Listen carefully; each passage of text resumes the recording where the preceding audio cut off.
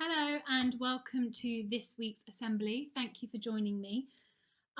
So today we're going to be looking at the theme of underdogs and how a lot of us have qualities that we consider to be weaknesses, when actually, if flipped on their head and considered from a different angle, these supposed weaknesses can actually turn out to be our greatest strengths.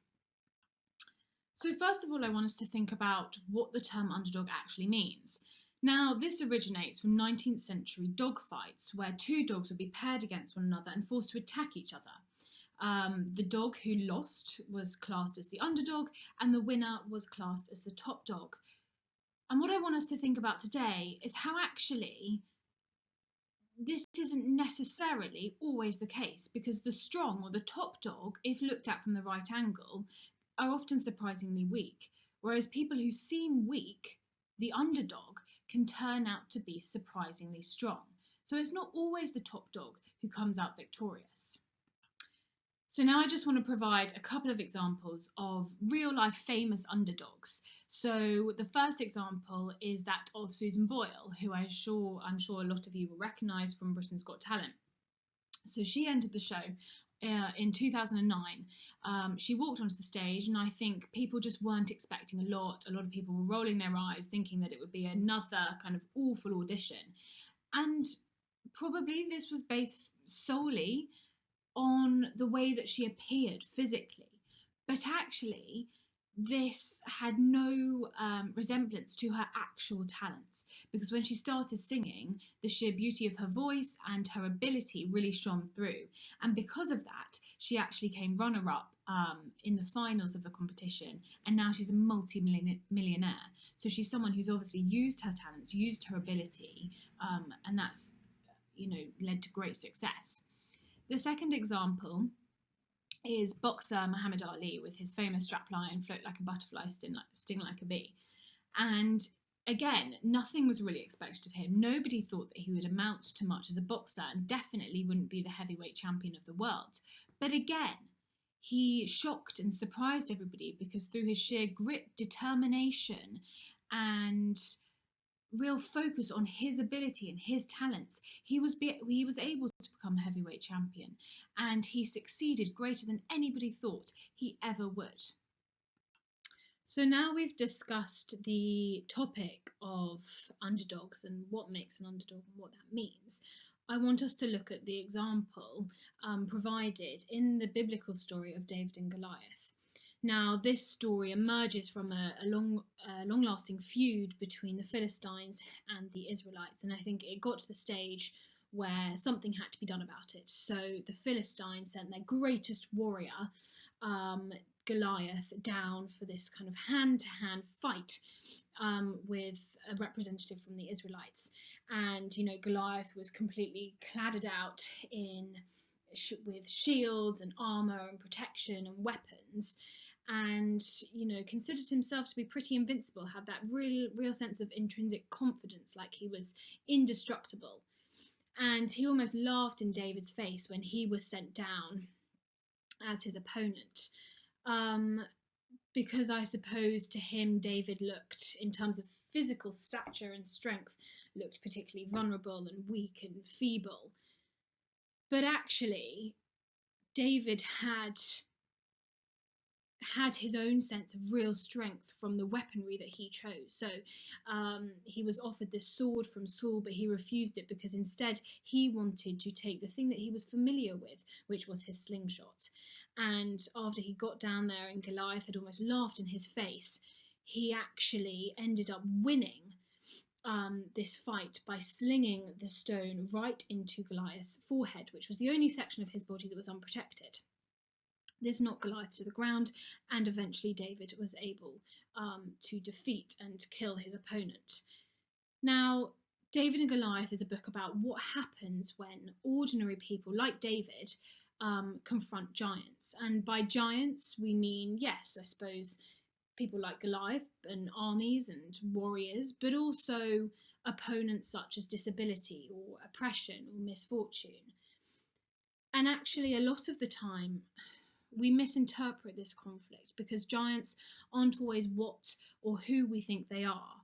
the same qualities that appear to give them the strength that they have can also be their greatest source of weakness. So through Goliath's ignorance and his arrogance and his complete determination that he would succeed, he overlooked the strengths of his opponent.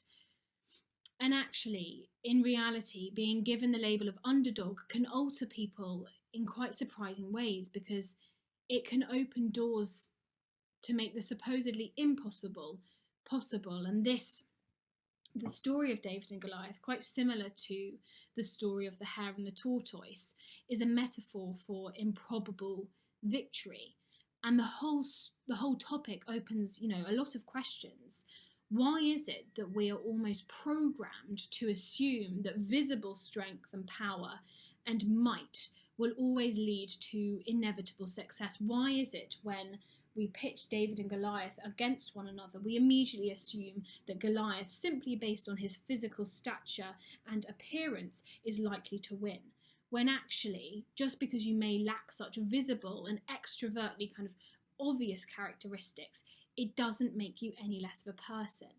Instead, such characteristics may be our greatest strength. And like David, who refused to use Saul's sword like offered, he knew what his strengths were and he used those to his advantage, showing that anybody can use their supposed strengths to overcome any types of adversity. One final example that I want to touch on links all of these famous people together. Now, this common denominator is the fact that all of these celebrities here have dyslexia. So we know that dyslexia is a common learning difficulty that causes problems with reading, writing and spelling. And it's estimated that every 1 in 10 people in the UK have some degree of dyslexia. However, the people shown here have not succeeded despite this dyslexia, but maybe because of it. Maybe because the fact they have dyslexia means that they think in alternate ways to others. Maybe they're more creative. Maybe they're better at problem solving. Maybe they're more perceptive. Maybe they think differently. They think outside the box. And I think on one hand, you could possibly argue that actually these people, and they're just a few of incredible people who succeeded, have succeeded because they are just incredibly intelligent and they would have done well regardless of any learning difficulty. However, there's a second, more kind of interesting and intriguing possibility that actually they learned something in their struggle that proved to be of enormous advantage to them. They were able to identify not only their weaknesses but their strengths, and they used these to their advantage to really further themselves and their careers. And because of that, look at what they've achieved and look at what they've become. So I just want to finish off with this quite brief but light-hearted example to kind of summarise and conclude what I've been saying today. So as you can see on this slide, the photo to the left is a picture of my garden in London, my little courtyard, that before I had anything done to it. So you can see it's quite grotty, it's not looking great. However, after we added some gravel and some flowers and a lick of paint, it turned actually into quite a nice space. And I suppose I'm not really talking about the garden itself here, but I'm using it as a metaphor for how, at face value, not everything is necessarily how it first seems. Nobody is perfect, nothing is perfect, but we all have certain qualities within us that make us unique, which make us different and which make us special in our own right. And once we identify these qualities, then these supposed weaknesses can actually turn out to be our greatest strength. So just like with the garden, the foundations were always there. All it needed was a bit of refining and tweaking to really reveal its full potential.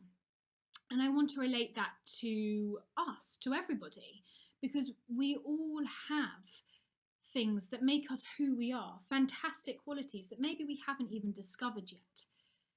And I think it's all about identifying what makes us great and using that as our strength and using that to our advantage. So I just want to thank you for joining my assembly today. I hope it's made you think about things and that you've learned something new. And the main takeaway I want you to really think about moving forwards is that all of the people listed here, all of the underdogs who at face value are seen to have more weaknesses than strengths, actually didn't succeed despite their weaknesses, but because of these. It's because of these weaknesses that make these people who they are. And actually, we all have amazing qualities that we can really draw on and use to our advantage. It's just about finding them. Bless our beautiful land, O Lord, with wonderful variety of people, of races, cultures, and languages. May we be a nation of laughter and joy, of justice and reconciliation, of peace and unity, of compassion, caring, and sharing. We pray this prayer for our true patriotism in the powerful name, please our Lord. Amen. Saint Privilege, pray for us. Beneficent, pray for us. All the house saints, pray for us.